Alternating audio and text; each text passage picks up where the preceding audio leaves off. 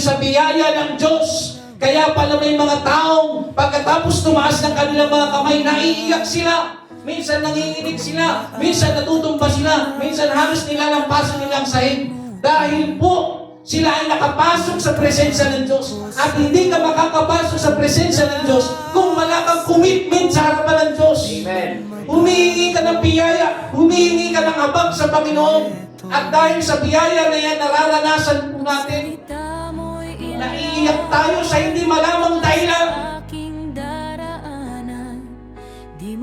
Naaalala yung kabigatan ng buhay natin, pero dahil sa biyaya, yung biyaya lagi yung nagpapaalala sa'yo na kahit anak nagkulang ka, na kahit anak ikaw ay may ginawang masama, may ginawang kasalanan, tinatanggap pa rin kita. Hindi ka man tanggapin ng iyong magulang dahil sa kasalanan na ginawa mong kaibigan sa kanila. Hindi ka man nila kayang mahalin. Hindi ka man nila kayang pahalagahan.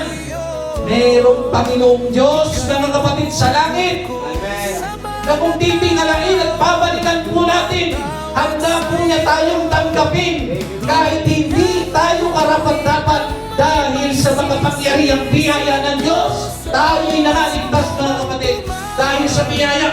At dahil sa biyaya na yan mga kapatid, dapat natin maintindihan, samantalahin natin ang biyaya habang may biyaya pa. Maglingkod tayo sa Diyos. Sa oras ng pagpupuri, huwag tayong magkumpare, huwag tayong basta lang tumayo, huwag tayong basta lang manood, kundi tayo'y magpuri sa oras ng pagpupuri. I-enjoy natin ang biyaya habang may biyaya pa. Amen. Dahil pagdating sa langit, puro kasiyahan ang ating matatap. Puro kapayapaan sa piling ng Panginoon.